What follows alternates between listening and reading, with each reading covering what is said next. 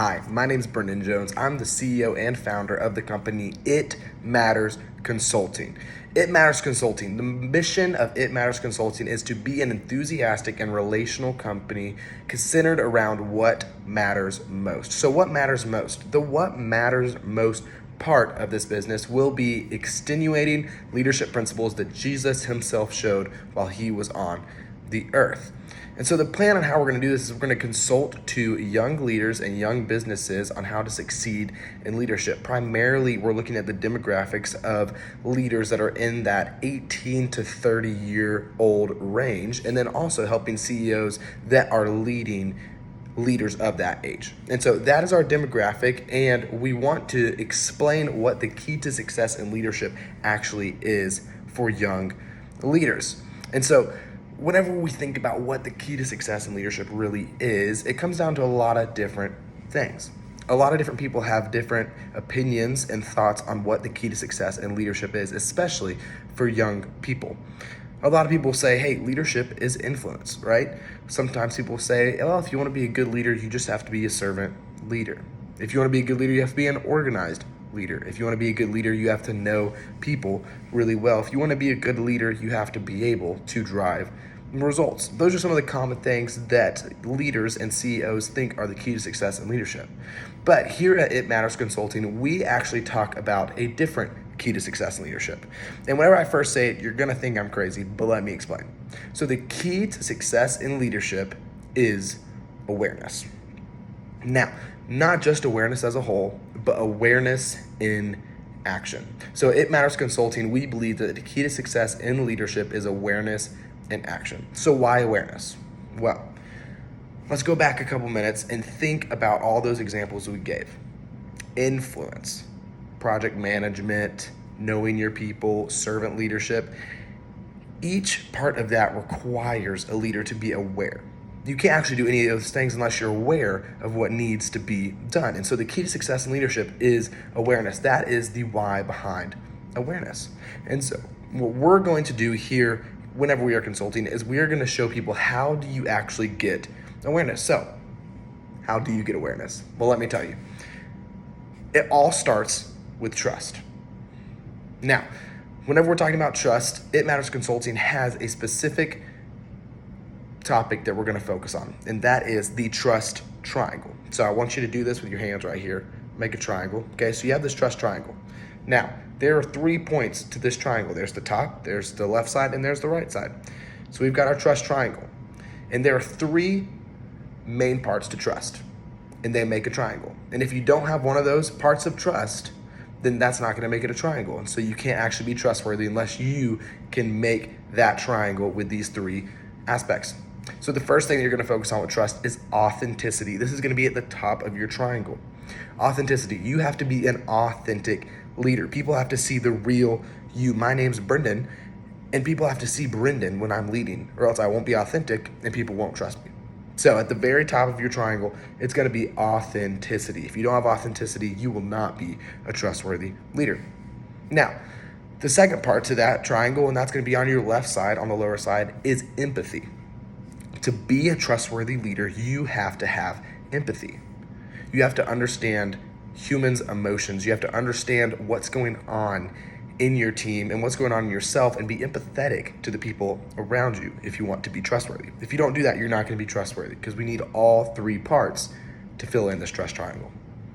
And then the third and the last piece, and this is the part that I feel like a lot of people miss, which is funny because it's a very simple thing. But if you want to be a trustworthy leader, obviously you need authenticity, you need empathy, and the last part is logic. You need to make logical decisions, and you need to have a logical thought process. If you're not being logical, if you're not being empathetic, and if you're not being authentic, if any one of those is missing, you will not be a trustworthy leader.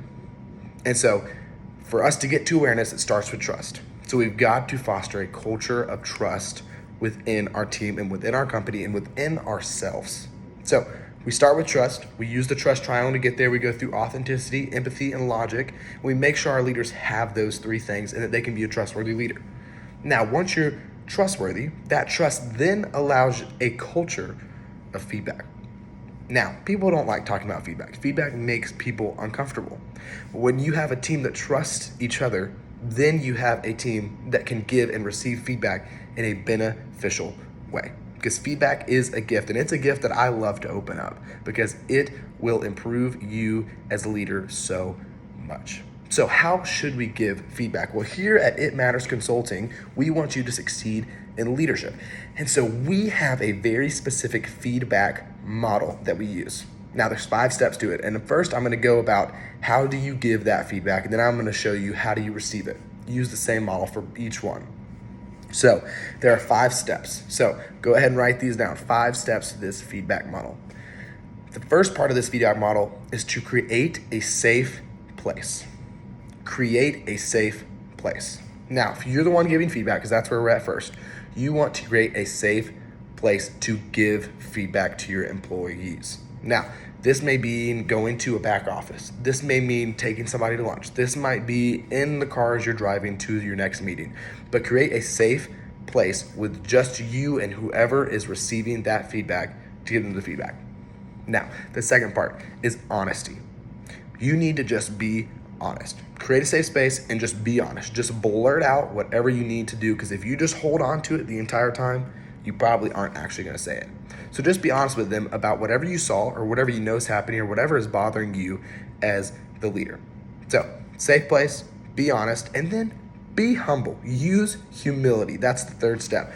You need to remind them that, hey, you're a human and it's okay. All humans make mistakes. Hey, if I'm giving you this feedback, it's probably because it's something that I may have even messed up in my past. So you need to have humility when you're giving this feedback. So we've got safe place, honesty, humility, and then the fourth step, and this is a very important step, and that's to have a growth mindset. You never want to give feedback if it's not going to help somebody do something. If you're giving somebody feedback and you're not having a growth mindset, you're actually just getting mad at them and yelling at them. So have a growth mindset. What can they do with the feedback that you just gave them? So create a plan for that. What's the plan? How are they going to grow from this feedback? How can they grow from this feedback? And then the last step after all of these, and this is the most important step and probably the one that I mess up the most, and it is to follow up. You need to follow up with the feedback that you gave. Reach out to somebody 10 minutes, 10 seconds, 10 hours, 10 days, 10 weeks, or even a year later and say, hey, did that feedback make sense? And do you have any other questions that I can clarify? So that is how we give feedback. That's our feedback model here at It Matters Consulting. Now, it goes the same way when we're receiving feedback as well. So if we're receiving feedback, first we want to create a safe place in our mind to be like, okay, I can actually accept feedback right now. I'm understanding that, hey, I'm in a safe place to where they're just going to tell me something that's beneficial for me. So creating a safe space in your mind, and then be honest with yourself. Okay, did I do what they just told me I did? Did I drop the ball on this? So be honest with yourself. And then you have to be humble and be like, hey, you know what? They're human. I'm a human. We all make mistakes. So let me just accept it and then move on and ask them, hey, how can I grow from this? Have that growth mindset. And then after that, follow up with them. Follow up with them either a week later, a month later, a year later, 10 minutes later, and just say, hey, how am I doing with the feedback that you gave me? So that's the feedback model. So we've got the trust, and then we've got the feedback. And then the last part of that feedback is awareness. Once we get feedback, we know what we need to do as leaders. Once we give feedback to somebody, we know what we need to do as a team. And so then it's our job as the leader in charge to make sure that we have awareness and action. So if we have trust, it's going to cause us to then be able to give feedback, which is then going to make us aware, and then we need to put that awareness into action. Because if the leader wants to succeed, they must put that awareness in action. So that is what we train people on here at It Matters Consulting. And some of the services that we offer is we're going to be launching a book soon with each of the steps and examples on how to implement this with your team, along with a workbook that's going to help them figure that out. Another thing that we do is we partner with other businesses, and we have one-on-one meetings over Zoom and phone calls to actually meet with those young leaders and walk them through these steps on how to become a successful leader. We also are about to start offering 3-day intensives with companies' leadership teams to where they can come to our site and work with us for 3 days and work on their mission statement and all of their values and their culture in those 3 days to benefit their business. And we also are always available for speaking events with hands-on activities. So this is me the CEO of It Matters Consulting, Brendan Jones, reminding you that our mission is to be an enthusiastic and relational consulting company centered around what matters most. Thank you.